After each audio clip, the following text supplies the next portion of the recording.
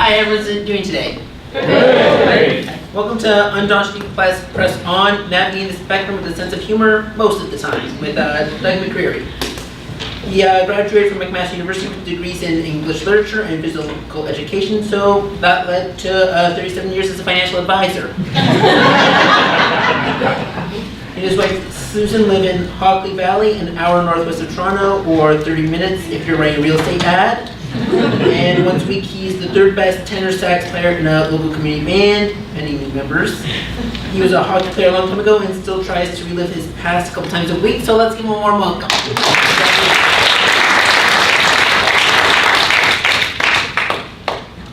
Thanks, Bradley.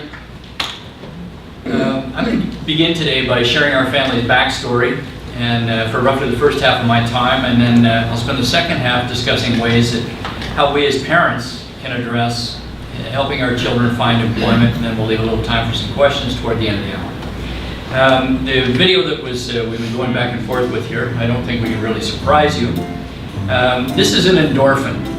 So now I have to take that on faith because I've never seen one up close. But apparently that's what's going on in your brain. I don't know if the soundtrack goes with it. But that's when you're experiencing pleasure and fun and so on. So my presentation is called Undaunted, We Pressed On. It's a picture of our house during one of Maddie's tougher moments, our youngest guy. But life in the autism world isn't all sad stories. I think it's all in the way you tell it, all the way you live it. I can talk to you about no sleep, destruction, self-injury, relationship stress, and whine about how hard it is, or we can make fun of it. So, because funny stuff happens to us too. So that's what we're going to try and focus on today. Now, I want to thank Marilyn Ellis for inviting both Michael and I to be here today. When she first contacted us, she said, "Now, I know Michael's a comedian. Are you funny too?" I said, "No." She said, "Well, do you have a speaking style?" And I said, "I'm not sure I know what you mean." And she said, "Well, if there was a scale, at one end it started terse but not bare, and at the other end, outrageously hilarious. Where would you be?" Now, I think of myself as a modest Canadian. I don't want to be boastful or arrogant, so I said, "Well, how about pleasantly boring?" And she said, "Well, you know, we're kind of counting on more than that." And I said, "Well, once in a while the kids say I can be mildly amusing." And she said, "Okay, Ace, aim for that." The first time I did the introduction for Michael at one of these events, I was a last-minute replacement. When we got home after the show, Susan asked Michael, "So how'd your dad do?" And Mike said, "Not bad. He even got one applause break." And Susan said, "Oh, no, that's not good. You're not supposed to do that. If you're just doing the introduction, the applause breaks are for the person who's being featured." So what I'm going to try and do for the next little while is be mildly amusing. And I'll ask you not to respond to anything I do with any applause. Now, how many people here have a direct connection to someone with special needs, either yourself, child, grandchild, or a sibling? By applause. Mike, if you can hear me, that wasn't an applause break. I'm just trying to get a sense of it. So, for those that do have a family member in the club, do you count being at an event like this as respite? Kind of like Susan and I. So back in the fall of 2000, that year, Susan and I were in the Canary Islands sitting around a hotel pool with two other couples. It was one of those reward trips from my business. The conversation drifted around to, "So how are your kids?" And we mentioned that at that time we were awaiting a confirmation of a diagnosis for our youngest. His development had been typical up to about 20 months, and then his speech began to disappear. We got back to Canada, the diagnosis was confirmed, and a support worker from a local agency came to do an intake on our family. I didn't know what an intake was, but that's what they did. So her final question was, "What characteristic about you will be the most important in getting you through this?" Simultaneously, we chorused our sense of humor. Now, had we realized what it was that we might have to get through, we may not have chosen that response. We may have changed our answer to, "If we don't laugh, we'll cry." So Susan and I have 3 kids. Our youngest, Matthew, is a profoundly challenged, nonverbal autistic young man. He's 19 now, not completely toilet trained, sort of developmentally maybe 5 or 6 years old. Michael has Asperger's and sensory issues. You heard from him this morning. And we don't even know where the third one is. Oh, okay, we do. Actually, our oldest, Andrew, is our neurotypical one, you know, the easy one. After high school, he went off to BC to go to university. But a year and a half into the program, he called home and he said, "Dad, I got something I got to tell you. We need to talk." And I said, "You know, your mother and I love you, and we'll support you to the best of our ability, no matter what it is." He said, "Okay, I'm seeing a counselor for a generalized anxiety disorder. I may have Asperger's syndrome, and I'm dropping out of school." And I said, "Oh, what a relief." I thought you were going to tell me you're a vegan. Now, it's a privilege for me to be able to be out with Michael weekends like this doing shows. With our family situation, it means that Susan's at home on the job with Matthew because he needs 24/7 support. Now, I thought she was okay with that arrangement until last Father's Day. She got me one of those identity bracelets. I'm not a jewelry guy, but she got me an identity bracelet. She had it engraved. It says, "Do not resuscitate." Everything we go through in life influences the way we experience the next thing. Part of my past experience, as Bradley mentioned, was in hockey. I had occasion a while back to meet the ex-NHL player Wilf Paymont. He's an extremely big man. Wilf's francophone from Northern Ontario. He's the youngest of 16. His playing weight was 235. He's a big guy. And they're a logging family, francophone from the Englehart area, Northern Ontario. And Wilf looked me up and down and he said, "I hear you play." And I said, "Well, let's keep it in perspective here. You played over 1,000 NHL games. I played a couple seasons in Europe. I had one solitary game against Central Red Army, Tretiak in goal." He said, "Those guys, world champions, multiple Olympic gold medalists," he said, "they were pretty good. How'd you do?" I said, "Well, they edged us 16-3. He said, "Yeah, but you fooled them. You got paid." And I said, "Well, for a couple of years." He looked me up and down. He said, "What'd you weigh?" I said, "150. He said, 150 pounds? Oh, you must have been fast." He says, "You know what? I used to hate little guys like you because you could go way faster when you were scared than I could when I was mad." And he said, "I hear you've got 2 sons with autism. What's that like?" And that's when our real conversation started. I already mentioned Matthew, our nonverbal guy. Michael, you heard from earlier this morning. Andrew, our oldest, has changed gears academically. He started out as an artist.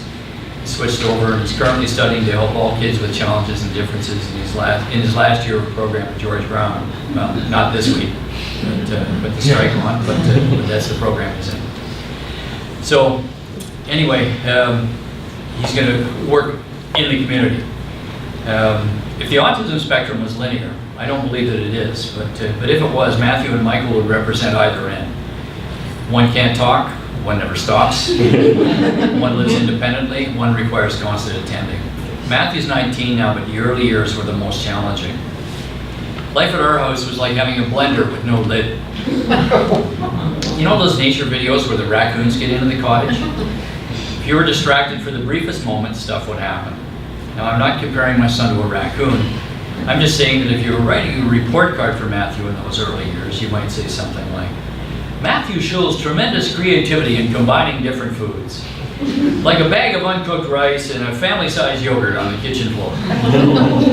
Or, "Matthew's inquisitive nature knows no bounds," which could be a reference to the time Grandma thought he was playing in his room upstairs and he'd actually climbed out the bathroom window onto the roof.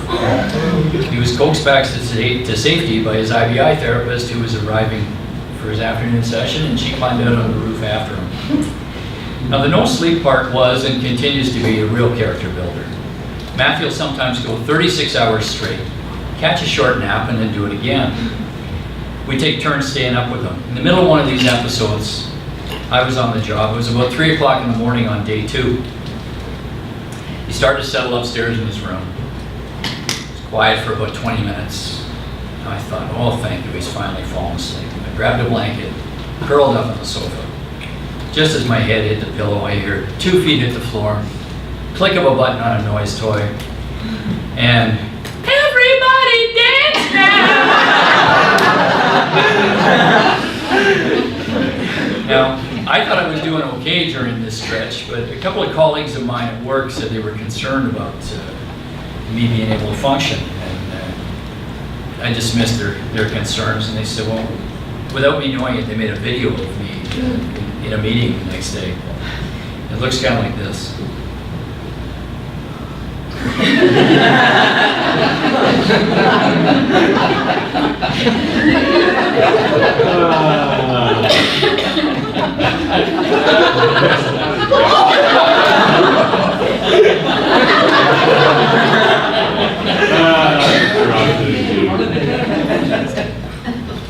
Apparently pretty accurate. A few years ago, I had to write a summary of what our daily life looks like to try and qualify for some additional respite funding. With 2 kids on the spectrum, we've been identified as a complex special needs family. No kidding. In a world of limited resources, sometimes the family with the worst story wins, kind of. So I put together a couple of one-pagers for this application, kind of a good day, bad day summary. I'm just going to read the good day one. A good day. Last Friday started out as such a good day. Matthew slept through the night, woke up around 7. I heard him get out of bed. I hustled upstairs to find him relieving himself on the bedroom floor. That's his pattern. I quickly rearranged the floor towels and contained the puddle, cleaned his behind, and he headed happily down the stairs to our room where he snuggled in with Susan to get warm. I cleaned the bowel movement off the floor, disposed the gloves, checked to see if the bed was dry. It was. Good start. For the next 40 minutes or so, we proceeded through the morning routine. Get Andrew and Michael up for their showers and breakfast, play the breakfast guessing game with Matthew. Will it be a toasted bagel with peanut butter, a side of bacon, or a mini pizza and sweet potato fries? We just try and keep him happy and contained while we get organized. Where's Matty? He's playing with his basin in the tub upstairs. Well, that sounds good. He sounds happy. Suddenly, the sound of the water changes. Uh-oh, that's wrong. I sprint up the stairs and yell, more towels. He had the tub taps running into his basin all right, but he'd also plugged the bathroom sink, and those taps were on full blast. The changing water sound was the sink flooding onto the floor, and subsequently through the kitchen ceiling onto the table below.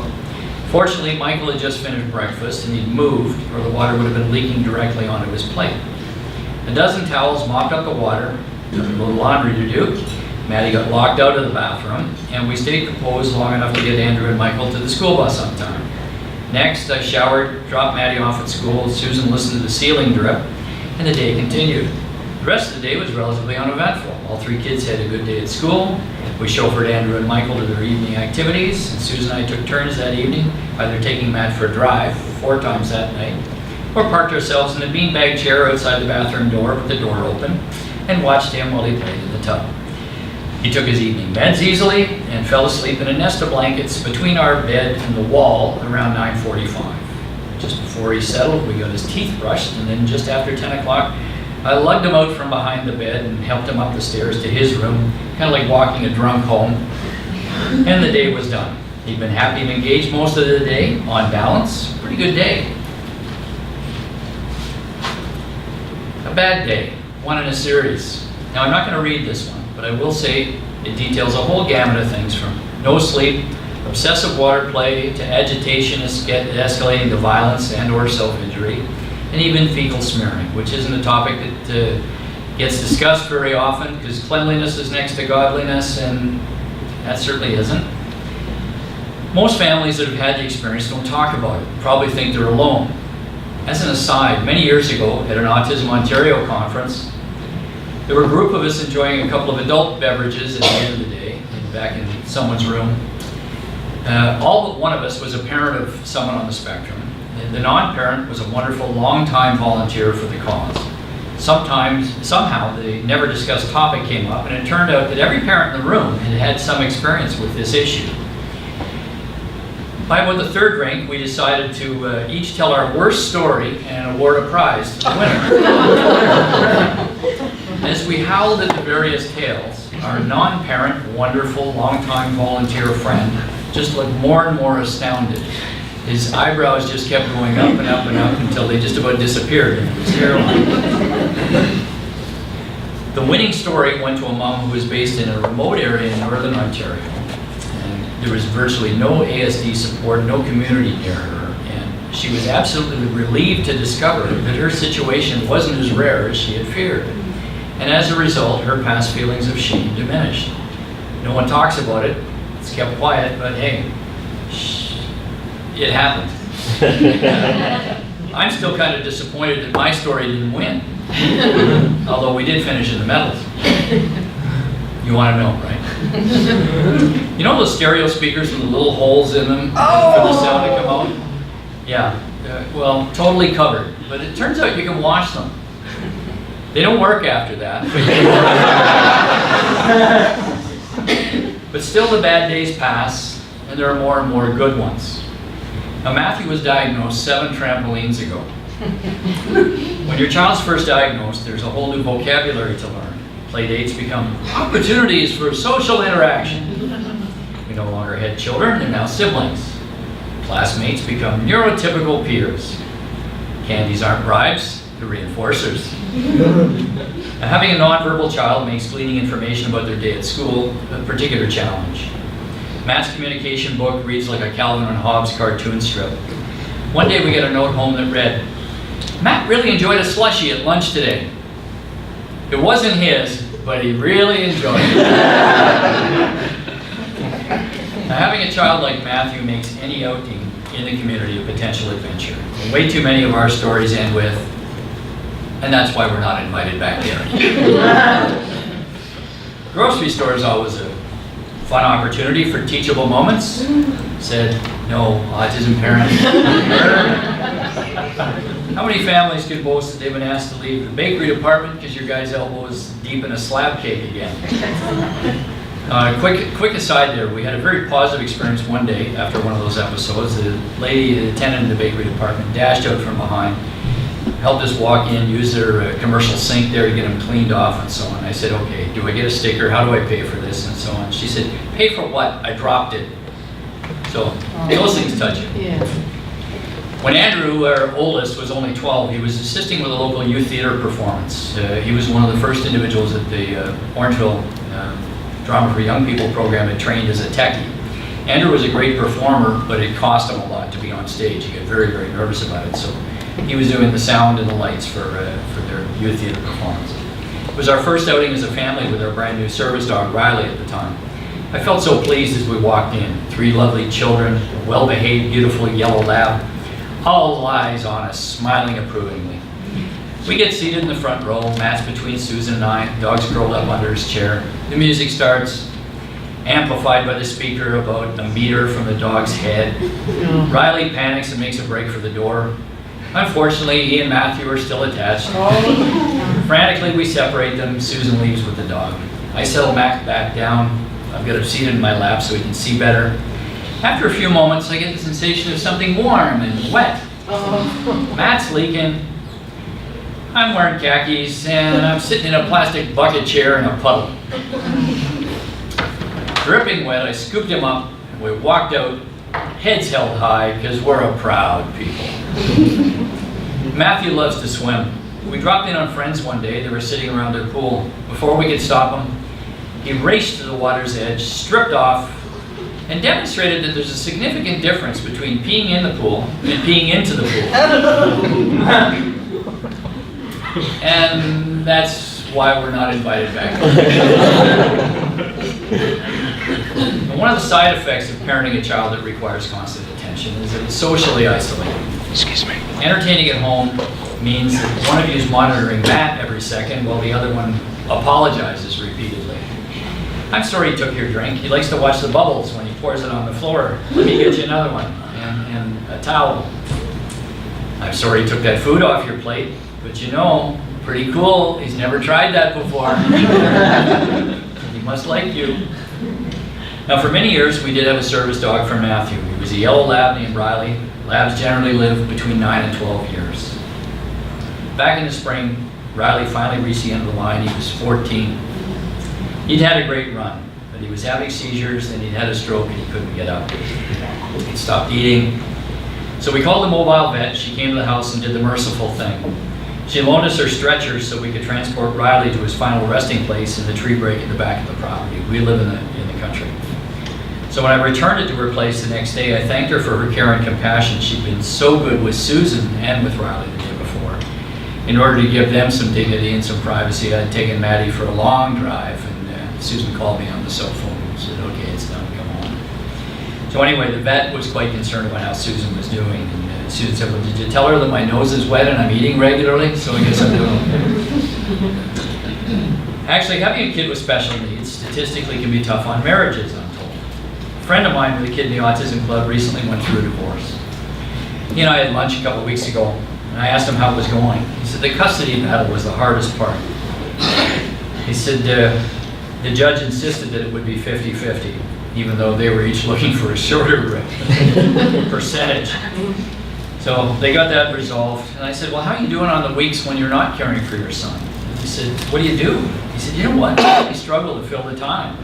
He said, last weekend, I had to go to the Leafs game with a couple of buddies of mine.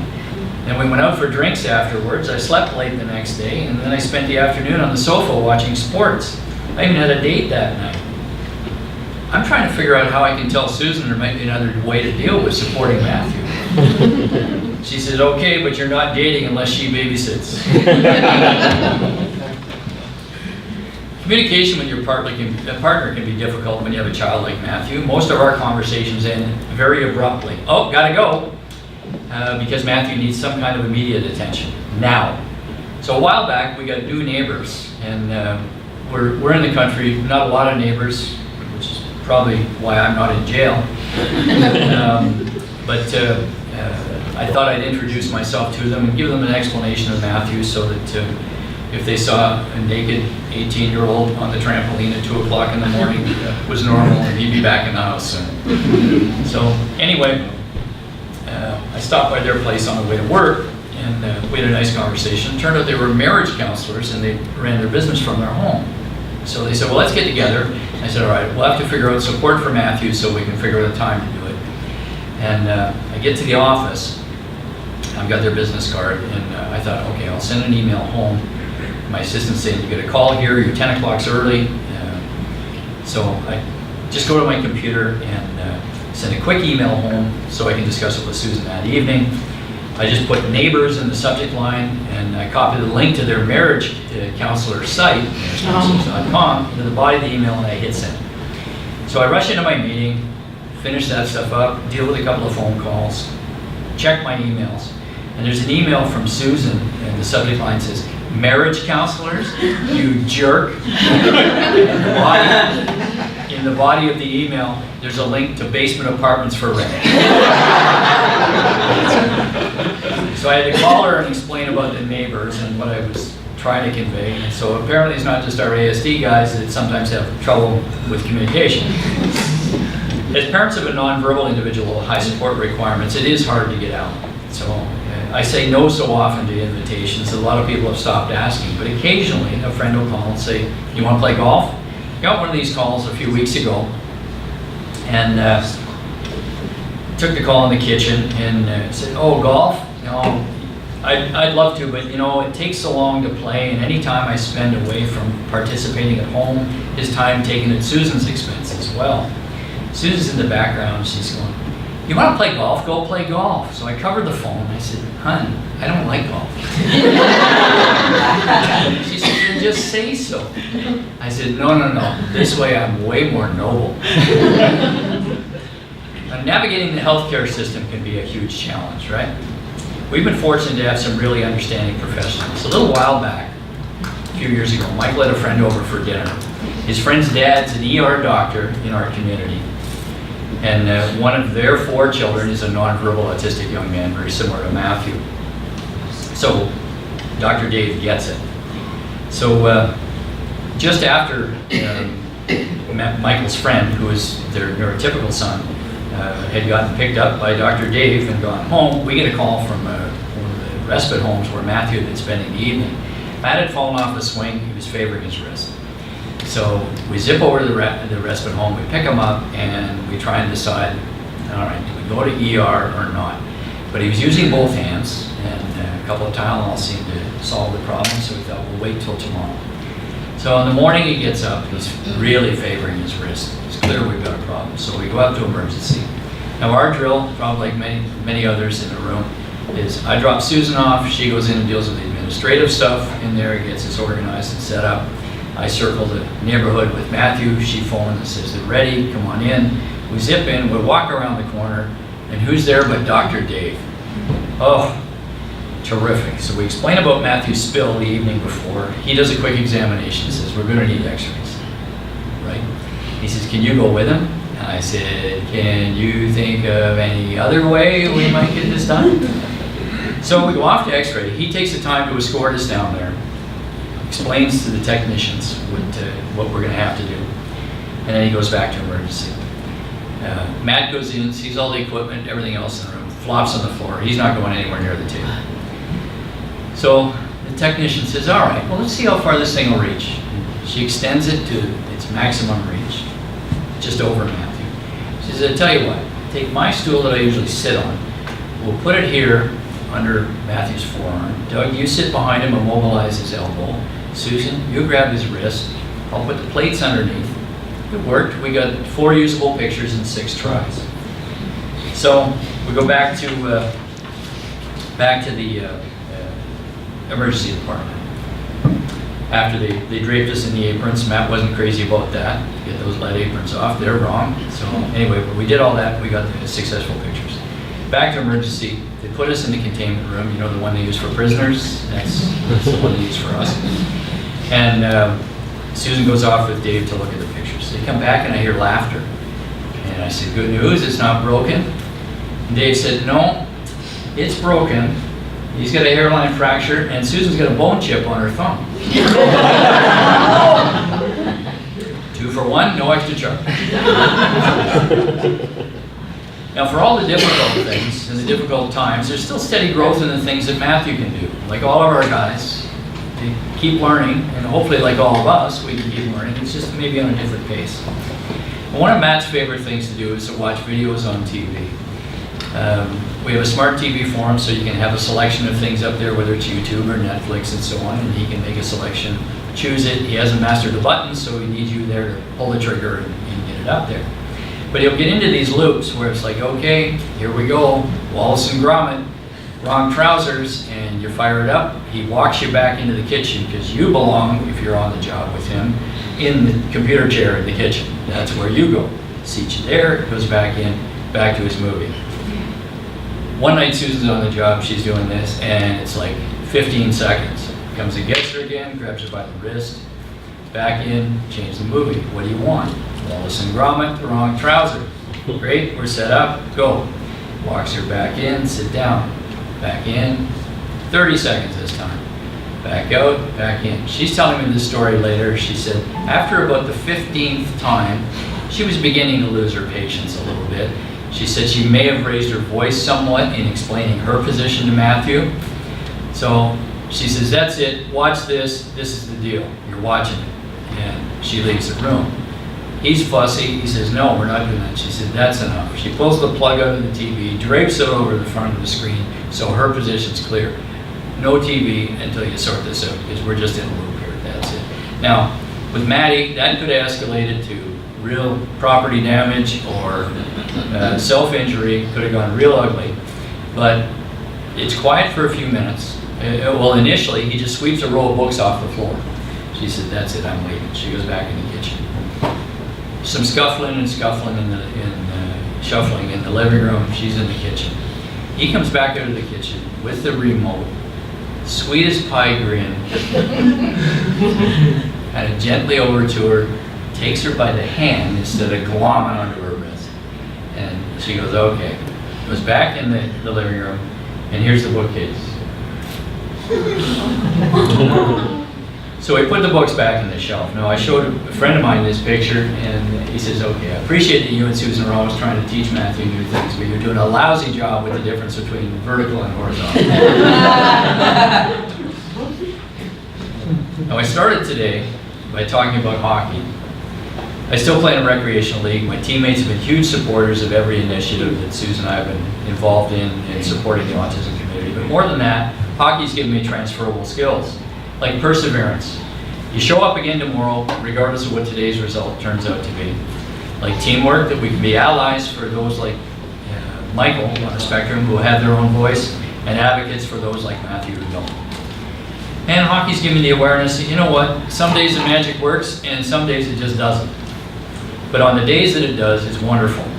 I guess there's a saying that as a parent, You're only as happy as your least happy child. For right now, all 3 of our guys are doing okay, so for the moment, the magic works. Now, up to this point, I've talked about family, getting a diagnosis, how to treat 3 different kids equally, which is a whole new deal.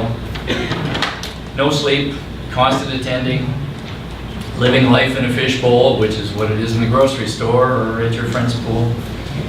Dealing with school, social isolation, having a service dog, strains on a marriage, dealing with healthcare, and sometimes doing too much for our kids, not letting them do their own thing. Now, all of these things are how it affects me and how it affects Susan. But what about you? What about the individual on the spectrum? I can't pretend to know how it feels for the individual on the spectrum. But I see my role, Susan and I see our role as our job, our obligation, is to be a good ally, if not an advocate. How do we support people on the spectrum without trying to speak for them? What can we do as parents to help our kids? How do we help them find employment? I guess 3 things, basically. We need to do 3 things. First is make sure that we've got the right education and some skills. Then we need to network. And then we maybe need to be entrepreneurs and create the job for ourselves, either as an entrepreneur or in finding a place with an existing organization where they can work. At the same time, what do we do for our typical kids so they're not being ignored? So let's take these one at a time. How many people, by show of hands, if we want to apply, how many people here are still in school or parents of those that are still in school? Okay, quite a few. Here's what we did, take it or leave it, but here's what we did to help build up a skill set and set up our guys for success. I know there are requirements to get your diploma and your degree, but I think it's Dr. Glenn Rampton, the former executive director of Carey's Place, who first used the term that I heard called splinter skills. I remember years ago hearing Temple Grandin talking about herself, where, yeah, in this area on a percentile, I'm in the 90s. In this area over here, the typical individual would be in a range wherever, the 50s to 70s or something on a typical average if you're doing percentages. She says, yeah, here I'm in the 90s, spatial thinking, engineering, all those kinds of things. Math. Over here, 4. I mean, it's not even close. Now, Michael's like that. Opposite to many individuals on the spectrum, his strength is in language skills and performance and that sort of thing. Math is a complete mystery. Any answer to a math question that Michael would give you, you're doing the times tables, it would end with a rising inflection. 6 times 8, 48. Nailed it. All right. What was your second guess? 46? Are you sure? No. But I got one. So splinter skills, we get strengths in different areas. So what we did was we used his IEP to advantage. We had a great guidance counselor, not the kind of guidance counselor that says, well, you have to take history and you got to take this one, and you're lousy at that, so you're going to do something else here. You do the general area here, and the academic level something else. They recognized his skills and his strengths and let him use his IEP for exemptions where it just didn't apply. You may have noticed from Michael's build, he's not exactly an athlete. So, although he's fit, he did rowing, he runs, that sort of thing, but team sports is a whole different deal. So, lousy at high school phys ed. So, get an exemption. Substitute vocal music for that. You can't do French. I don't know why with his verbal skills, but languages they just bounce off. So instead he took communication technology, which included radio and film broadcasting training. You got splinter skills that we talked about. Great, you're taking enriched English and math. It's the total mystery that it is for you. All right, we'll do locally developed math. As an aside, that's the stuff where it's like, here's how you balance a checkbook. Here's how you analyze want ads and go, all right, this one's piecework and you got to do this many pieces, you average so much and it pays so much for so many pieces, versus $10 an hour to do this other job, which is a better deal, and that kind of thing. So that was very useful, and I know the head of the math department that we happen to know socially said every math student, every high school student should be taking that course. Now, if you're the brighter kids, shorten it, don't make it a whole semester, make it a unit or whatever. kids that are good in math, do those sorts of things, but have that training in there. So that was Mike's math class. You have the experience where some of the kids in your, say, science class or geography class that are just in the general level, you'd like to strangle some of them because they're always disrupting the class, they don't want to be there. And our guys who are all about the rules just go nuts in that situation. At least Michael would in that circumstance. So we said, all right, how do we get around this? And we found we had to ask and get permission, but spend whatever social capital you have with the school to say, you know what, let's find a teacher that'll do this almost as an independent study course. Mike will meet with him once a week for 20 minutes, hand in this week's assignments. There, everything good? Yeah, give me the stuff for next week and get them done. So he did a lot of his high school classes as independent study courses where you didn't have to sit through the class and you didn't have to be up there early either in order to be in class. One semester, Michael's 4 classes were drama, instrumental music, vocal music, and science. People said, did you go to school for the performing arts? He said, well, it can be if you set it up properly. So, in fact, he did graduate with what they call a high skills major in communication and the arts. Now, his grade 12 final semester, he had 2 courses that he was doing independently, so that was 40 minutes a week in the school.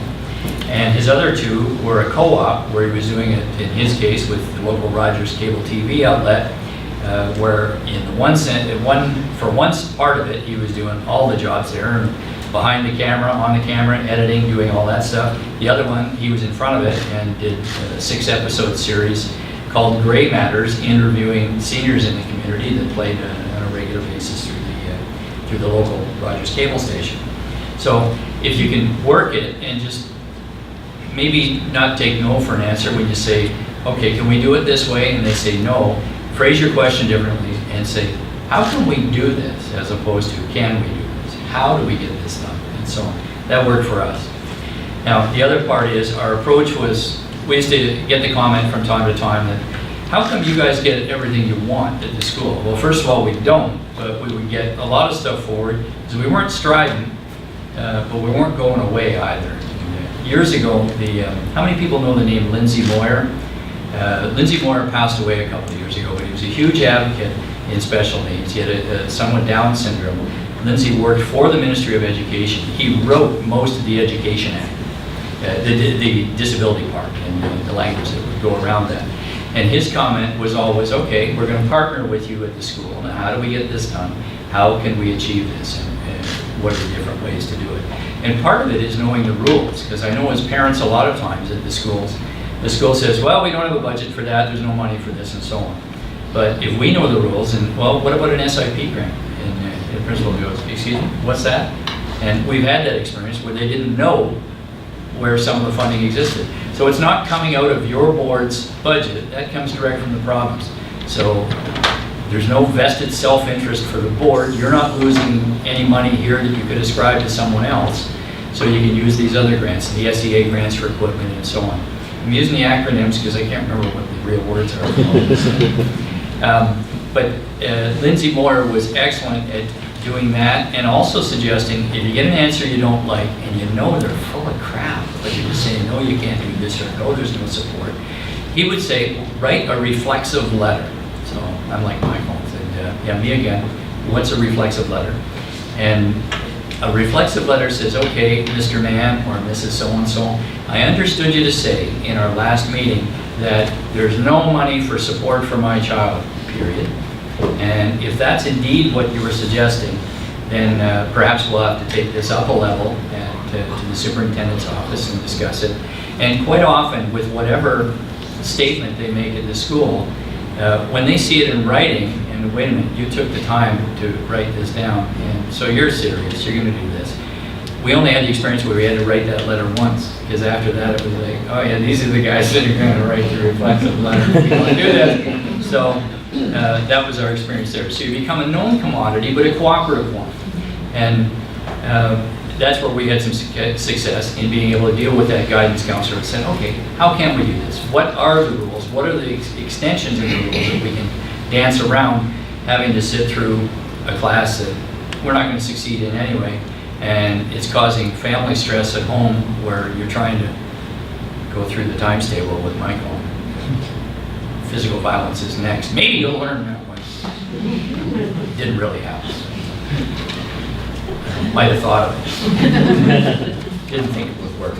But anyway, that was our success for Michael in high school. Now, was it all successful? No. His public school experience was dismal. The early years before kids start to perceive difference, among each other, were fine. But you get to grade 7 and 8, and he was bullied and he was ostracized. And like some of our guys, they don't even perceive that they're being bullied while they're being bullied. And one of the difficult parts was, again, back to phys ed class as an example. The gym teachers would take the easy way out because they weren't really a gym teacher, they were just a classroom teacher. Yeah, I got to teach a gym class. So, all right, well, who are the 4 aces in sports here? You guys pick the teams and we'll play dodgeball. And so, who's picked last? All the special needs kids and the other ones that are, socially unacceptable to the stars, right? And if the teachers don't manage that, then it just goes on over and over and over again. So we met with the principal because it wasn't getting through to the teacher, and suggested that maybe they could do, a rotation. Just line them up by number. Every 5th one, you're a captain, you're a captain, you're a captain. It'll take the kids a few weeks to figure out, okay, I got to be 5th to be a captain of the team, but then maybe there'll be more equity in picking the teams. So after we had the meeting, they had their next phys ed class. Mike gets home at the end of the day, said, how'd it go? And he said, great. And he says, Dad, you won't believe it. I got to be one of the captains. No kidding. Who else? Oh, so-and-so and so-and-so. All right, well, that's good. So what'd you do? He says, I'm going to call him Cam. I picked Cam first. Cam is a medium challenged individual on the spectrum, some other issues going on. He says, I picked him first. Should have seen his face. It was fantastic. And then I picked Jessica because she never gets picked either. And so I said, how'd you do? Oh, we got slaughtered. But you should have seen their faces. It was worth it. So you can do what you can do. But the public school part was difficult. And like a lot of us, their level of expectation for Michael at the time was just dismal. Going into high school, they had him just in the general stream for English class. His first English book report, he was doing a book report on Train Spotting. The other kids in the class, the brighter ones, were doing Goosebumps. So the next year, we said, come on, this has got to be in the next class. And he had an English teacher who would keep him after class so they could discuss the latest things they were each reading. So that was much better. But we can find those mentors along the way. So that's setting up our skills. Now the other thing is to use outside activities for our skills. With us, Mike's best success came with the Rogers Cable TV network. Not everybody's going to be a performer or those kinds of things, but they need people behind the camera too doing things, and they need people doing editing. Some of them are really good with that. I know in Montreal you've got the Spectrum Productions group, Production Spectrum. Je suis désolé, je ne peux pas parler bien en français. But anyway, they're doing a thing now actually with Autism Ontario and with the Geneva Center, and November 26th they're doing a showing of some of their films that they have. And it's all individuals on the spectrum. And if any of you have individuals on the spectrum that are interested in film and television, contact them directly. I don't know the website at the top of my head, but it's Dan Tenveen at Production Spectrum, and you can Google them and find them. And they're setting up in other places because they want to expand the network of individuals they have, where they'll send a team out with the gear to film a conference like this and document that, or do one with the Land Surveyors Association. It doesn't have to be something in the autism community. And they're in the midst of putting teams together in the GTA, and then Hamilton will be next, and so on for their baselines where they'll have teams to put things together. And they're doing great stuff. And you get an opportunity there to work as part of the team. And they also do their other things where you can use your creative voice to create your own stuff. But ultimately, they're working towards having paying jobs in those positions. The other thing is just an anecdote about creating jobs in your field. In 2013, Mike was 16. He got approached to do a a presentation with Firefly Autism in Denver. And he went out there and was the opening act for their comedy night, their big fundraiser. And the woman that contacted us to do that has a son in the club. And his, I'll call it obsession, is trained.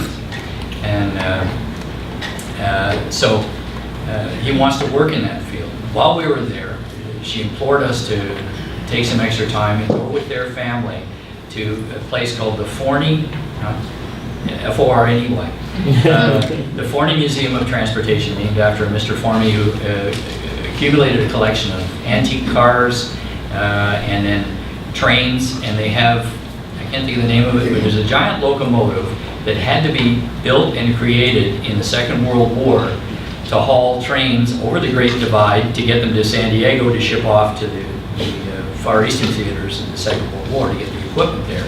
And they're these giant locomotives. They don't use them anymore because they were steam trains. But they have one of them in this place. It would be longer than this room. They're absolutely massive. So anyway, we go to the museum with the family, and their son Derek, who was 12 then, gives us a tour of the whole place, and particularly the train. And this was built in da-da-da, and it's this big, and it has this much horsepower, and it can haul blah, blah, blah, blah, blah. He was working at that point, at that time, towards being a volunteer guide at the museum, because then they have paying guides at the museum. But his end game since then, Union Pacific Railroad, which covers a lot of the American West, is based in Omaha, Nebraska. Got a Facebook post from his mom last week, and she and Derek were in Omaha at the Union Pacific Railroad offices meeting people there. So she had networked on his behalf. Who do you know? And we're 6 degrees of separation, right? We can get to just about anybody that fast. I remember saying that to a friend one day. He says, "Oh yeah, I bet you couldn't get to the Pope." I said, 3 phone calls. He said, "That's crazy." I said, "No, a guy that's a buddy of mine, his parents are big donors to the Ukrainian Catholic Church or whatever it was in Toronto, and his mom just came back from an audience with the Pope. So I think I can get there in 3 calls." So all of us know somebody, and if we don't know them, we know someone who knows them.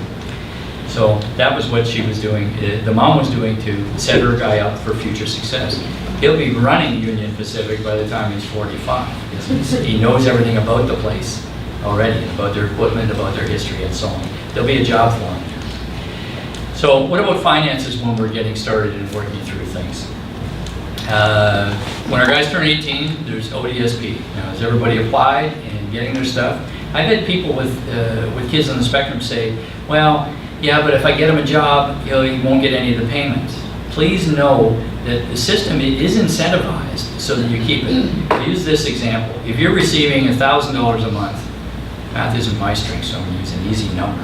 So if your monthly income from ODSP is $1,000 and you get a job and you earn $1,000 somewhere else, the first $200 is yours. Then they take the next $800, divide it in half, $400, and they deduct $400 from your $1,000. So walking through the math, they were going to give me $1,000. They're going to take $400 off. They're going to give me $600, and I made $1,000 over here on my own. That's 16. So I'm 60% better off than I was. So the system is still incentivized. The crossover point for annual income is, it's an odd number, but it's between $26,000 and $27,000 of annual earnings before you go to zero. And the other part with the ODSP is you have your health benefits, your drug card, and you get your dental benefits. So make sure you're doing those things. You probably all are, but in the unlikely event, and that's a positive. Because it's money that is there to support our guys. And I will say this, Michael was on it a couple of years ago because there are long stretches where he's not getting paid to do anything in this field. And it gave him the leg up for covering his rent in those months when there was no income. And then you do a few conferences or whatever. And people that make their living presenting at conferences, typically the conferences are in 2-3 month sequences. March, April, May, and September, October, November.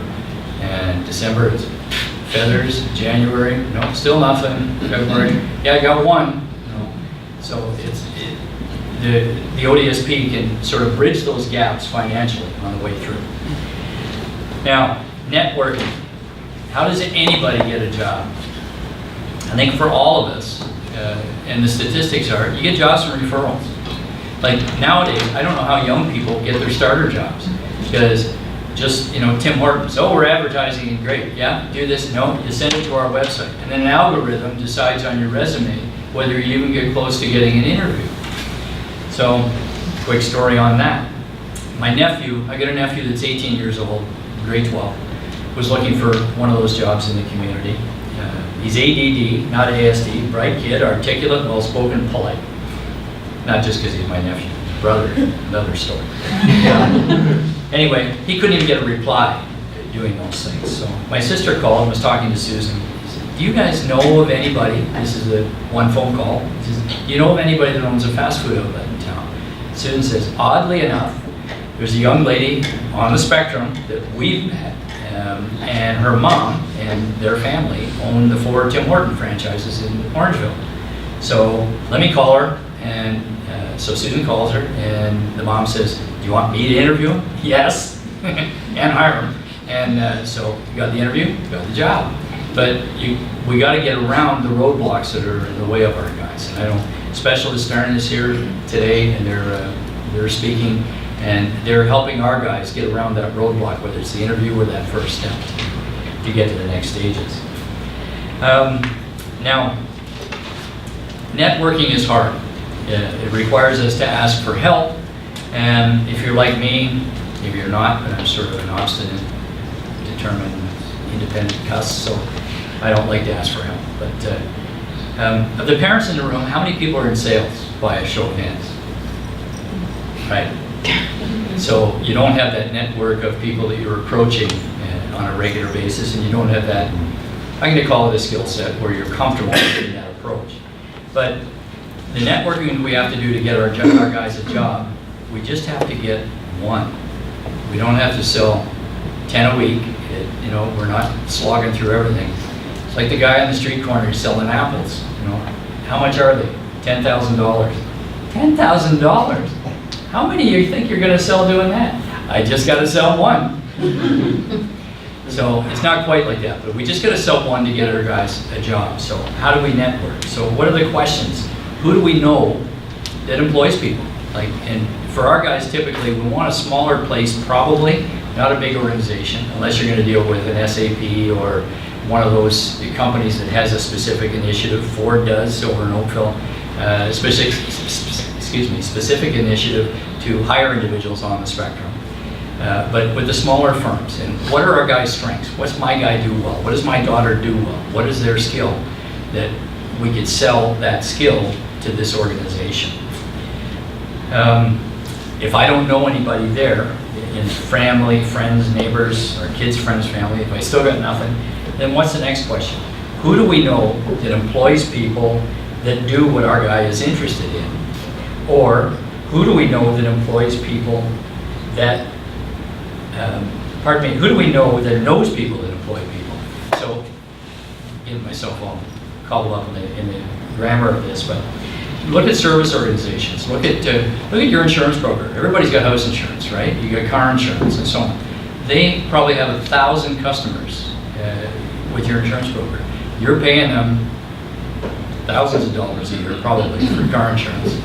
And ask them, who do you know that would have a job with these skills where my guy can start? There's an example. What about your tradespeople? You use a plumber. In our house with Matthew, the way he flushes stuff, we use a plumber regularly.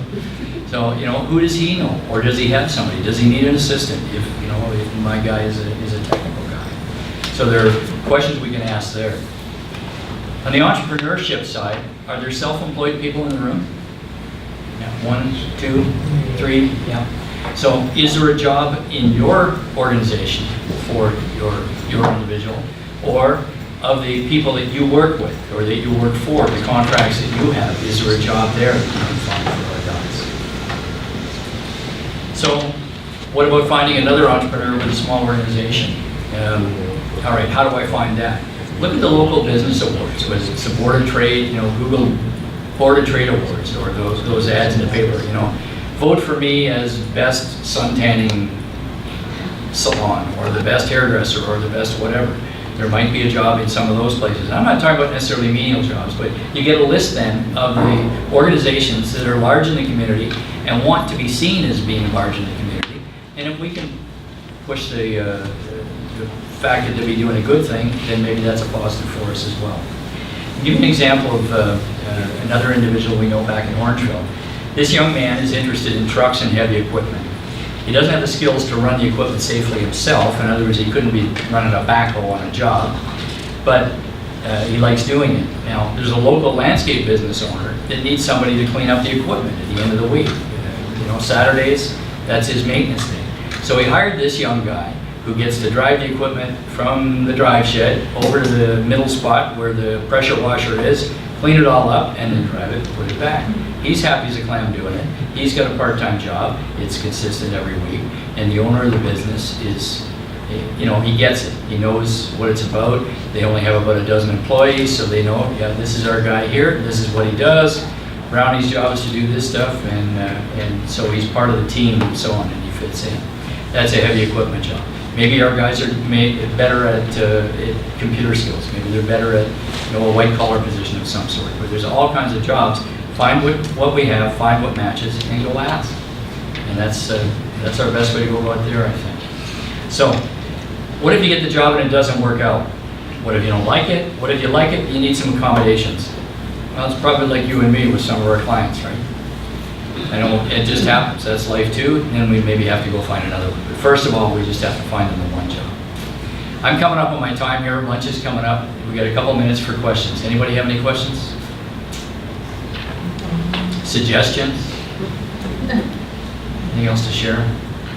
Thank you for your attention. Thank you.